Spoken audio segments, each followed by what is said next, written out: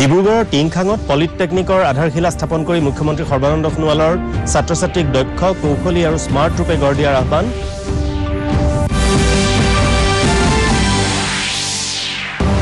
আজি মহাশিৱৰাত্ৰি ৰাজ্যৰ প্ৰান্তে প্ৰান্তে দেৱাদিদেৱ মহাদেৱৰ পূজা অৰ্চনাৰ আয়োজন। শিৱসাগৰৰ শিৱদৌলত দ্বিতীয় আন্তঃৰাষ্ট্ৰীয় শিৱ মহোৎসৱ আৰম্ভ।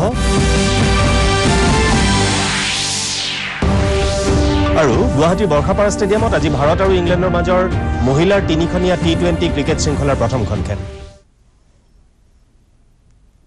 নমস্কাৰ, পুৱাৰ বাতৰিৰ সৈতে মই উৎপল কুমাৰ দাস। এতিয়া বিতং বাতৰি। ৰাজ্যখনত কাৰিকৰী শিক্ষাৰ সম্প্ৰসাৰণৰ অংশ হিচাপে মুখ্যমন্ত্ৰী সৰ্বানন্দ সোণোৱালে কালি ডিব্ৰুগড় জিলাৰ টিংখং সমষ্টিৰ 1 নম্বৰ বেতনী গাঁৱত এখন পলিটেকনিকৰ আধাৰশিলা স্থাপন কৰে।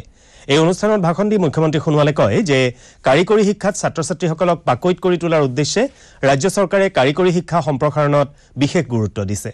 তেওঁ ছাত্ৰ-ছাত্ৰীক দক্ষ কৌশলী আৰু স্মাৰ্ট শিক্ষাৰ্থীৰূপে গঢ় দিয়াৰ আহ্বান জনায়। উচ্চ শিক্ষাৰ সম্প্ৰসাৰণৰ উদ্দেশ্যে ৰাজ্য চৰকাৰে গ্ৰহণ কৰা বিভিন্ন আঁচনিৰ ওপৰতো মুখ্যমন্ত্ৰীগৰাকীয়ে আলোকপাত কৰে। অনুষ্ঠানত শিক্ষামন্ত্ৰী সিদ্ধাৰ্থ ভট্টাচাৰ্য, ডিব্ৰুগড়ৰ সাংসদ ৰামেশ্বৰ তেলী, বিধায়ক বিমল বৰা, ঋতুপৰ্ণ বৰুৱা আদিকে ধৰি কেইবাজনো গণ্যমান্য ব্যক্তি উপস্থিত আছিল। ইয়াতে গঢ় লৈ উঠিব।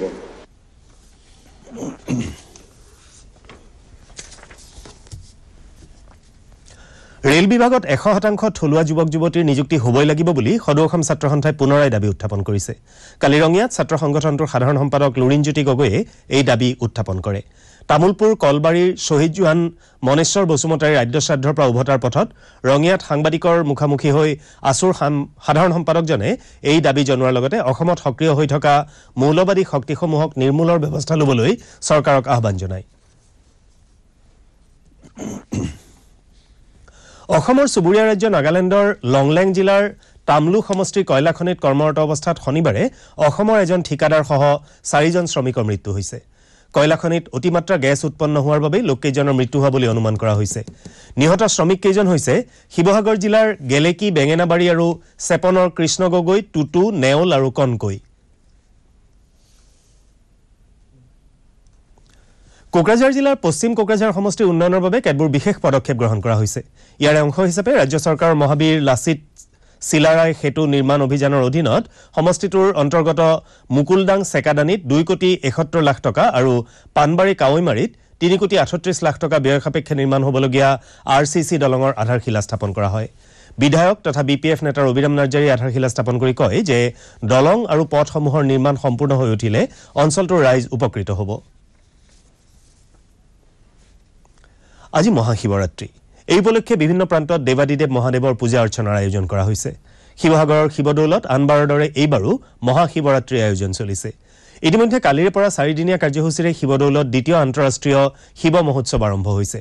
শিৱসাগৰ জিলাৰ উপায়ুক্ত ডঃ লক্ষ্মণন এছে এই শিৱমেলা আৰু উৎসৱ উদ্বোধন কৰে। শিৱদৌল প্ৰাংগণ আৰু বৰ্ডিং খেলপথাৰত সমান্তৰালভাৱে অনুষ্ঠিত এই মহোৎসৱত থাইলেণ্ড আৰু ম্যানমাৰৰ শিল্পীয়ে সাংস্কৃতিক অনুষ্ঠান পৰিৱেশন কৰিব। অহা 6 মাৰ্চলৈ অনুষ্ঠিত হ'বলগীয়া এই মহোৎসৱত ইতিমধ্যে দেশী বিদেশী পৰ্যটকৰ লগতে সহস্ৰাধিক সাধু সন্যাসী উপস্থিত হৈছে।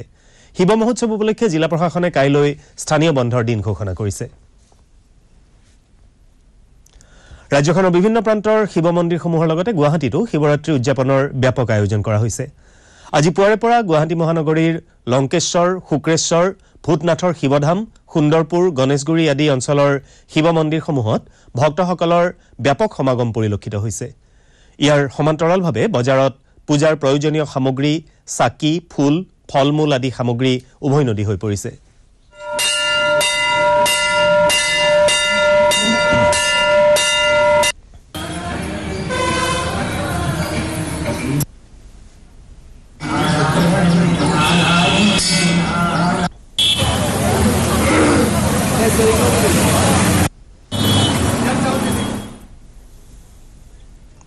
অসমৰ ভূমিপুত্ৰ মৰাণসকলৰ শৌৰ্য সংগ্ৰাম আদিৰ আধাৰত ৰচনা কৰা গল্পকাৰ দীপ্তি কলিতাৰ সোণৰ ৰজা নামৰ উপন্যাসখনে পঢ়ুৱৈ সমাজৰ সমাদৰ হৈছে। উপন্যাসখন প্ৰকাশ কৰিছে আঁকবাক প্ৰকাশনে।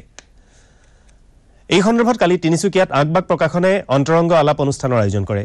অনুষ্ঠানত বিশিষ্ট অতিথি হিচাপে উপস্থিত থাকে সাহিত্যিক ডঃ লক্ষ্মীনন্দন বৰা। অনুষ্ঠানত লীলাকান্ত শইকীয়া, শ্ৰীকুমাৰ দহতীয়া প্ৰমুখে কেইবাগৰাকীও বিশিষ্ট ব্যক্তি উপস্থিত আছিল। নলবাৰী জিলা ছাত্ৰ সন্থাৰ উদ্যোগত কালি শহীদ ভৱন বাকৰিত আয়োজিত এটা অনুষ্ঠানত বিশিষ্ট চিত্ৰ তথা ভাস্কৰ্য শিল্পী সংগীত নাটক একাডেমী বঁটা বিজয়ী নুৰুদ্দিন আহমেদক সম্বৰ্ধনা জনোৱা হয় অনুষ্ঠানত ছাত্ৰ সন্থাৰ লগতে জিলাখনৰ প্ৰায় 2 দল সংগঠনেও শিল্পীগৰাকীক সম্বৰ্ধনা জ্ঞাপন কৰে জিলা ছাত্ৰ সন্থাৰ সভাপতি গুণজিত পাঠকৰ সভাপতিত্বত আয়োজিত সভাত আসুৰ কেন্দ্ৰীয় সাংগঠনিক সম্পাদক হিমান বৰ্মন আৰু কেন্দ্ৰীয় কাৰ্যনিৰ্বাহক সদস্য ভৱজিৎ বেজবৰুৱাই শিল্পীগৰাকীৰ কৰ্মৰাজিৰ ওপৰত আলোকপাত কৰে গুৱাহাটীৰ বৰ্ষাপাৰা ষ্টেডিয়ামত আজি ভাৰত আৰু ইংলেণ্ডৰ মাজৰ মহিলাৰ 3খনীয়া টি20 ক্ৰিকেট শৃংখলাৰ প্ৰথমখন খেল অনুষ্ঠিত হ'ব খেলৰ পূৰ্বে কালি ষ্টেডিয়ামত দুয়োটা দলেই অনুশীলনত ব্যস্ত হোৱা দেখা যায় পাছত দুয়োটা দলে সংবাদমেলত মেচখনক লৈ যথেষ্ট আশাবাদী বুলি ব্যক্ত কৰে গুৱাহাটীত আয়োজিত এখন সংবাদমেলত ভাৰতীয় টি20 মহিলা ক্ৰিকেট দলৰ নৱনিযুক্ত অধিনায়িকা স্মৃতি মান্ধানাই দলৰ সামান্য হাল সলনিৰে কাইলৈ দলে দৃঢ়তাৰে খেলপথাৰত নামিব বুলি মন্তব্য কৰে দলৰ অলৰাউণ্ডাৰ হনমনপ্ৰীত কৌৰৰ লগতে আন কেইবাগৰাকীও খেলুৱৈয়ে শৃংখলাটোত বিশেষ ভূমিকা পালন কৰিব বুলি তেওঁ আশা প্ৰকাশ কৰে বৰ্ষাপাৰা ষ্টেডিয়ামৰ পিচক লৈ তেওঁ যথেষ্ট সন্তুষ্ট বুলিও সাংবাদিকক কয় আনহাতে ইংলেণ্ড দলৰ অধিনায়িকা হিটাৰ নাইটেও খেলখনক লৈ যথেষ্ট দৃঢ়তা প্ৰকাশ কৰে I knew already that what we were going to do before a match even when I was not the captain so I think only I will make an extra effort to speak to bowlers more I think that is the only thing which is changed and otherwise I think it's going to be the same routine which I follow yeah I think she's been really good she had a good challenge প্ৰতি বছৰৰ দৰে এইবাৰো কালি মানাহ ৰাষ্ট্ৰীয় উদ্যানত বিশ্ব বন্যপ্ৰাণী দিৱস পালন কৰা হয় মানাহ ৰাষ্ট্ৰীয় উদ্যানৰ বাহবাৰী সংমণ্ডলত WWF ইণ্ডিয়া বন বিভাগ আৰণ্যক আৰু মানাহ জীপ সাফাৰী সন্থাৰ উদ্যোগত আয়োজিত এই দিৱসৰ অনুষ্ঠানত বন্যপ্ৰাণী আৰু উদ্ভিদৰ সংৰক্ষণৰ সজাগতা সৃষ্টিত গুৰুত্ব আৰোপ কৰা হয় দিৱসৰ লগত সংগতি ৰাখি ৰাষ্ট্ৰীয় উদ্যানখনৰ ভিতৰত হিঁচৰতি হৈ থকা বিভিন্ন প্লাষ্টিক আৱৰ্জনা আদি পৰিষ্কাৰ কৰি জীৱ-জন্তুৰ বাবে উদ্যানৰ পৰিৱেশ সুচল কৰি তোলা হয় অনুষ্ঠানত মানাহ ৰাষ্ট্ৰীয় উদ্যানৰ বিশেষ কৰ্তব্যৰত বিষয়া ধৰণীধৰ বৰুৱে ভাষণ দি বন্যপ্ৰাণী সংৰক্ষণৰ বিষয়ে ব্যাখ্যা কৰে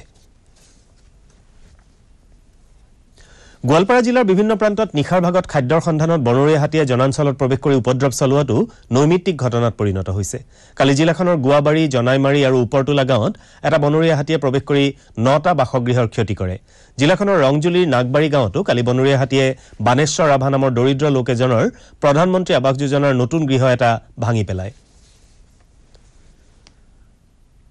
মানাহ ৰাষ্ট্ৰীয় উদ্যানৰ পৰা পথভ্ৰষ্ট হৈ ওলাই অহা এটা মতাগৰে কালি বাক্সা জিলাৰ বকুৱা গধুলি গাঁও কাৰহানা আদি গাঁৱত প্ৰৱেশ কৰি আতংকৰ সৃষ্টি কৰে পাছত গাঁওবাসীয়ে আৰক্ষী আৰু বন বিভাগক খবৰ দিয়াত বন বিভাগ কেইটাৰ লোক উপস্থিত হৈ গড়টোক মানাহ ৰাষ্ট্ৰীয় উদ্যানলৈ খেতি পঠিওৱাৰ ব্যৱস্থা কৰে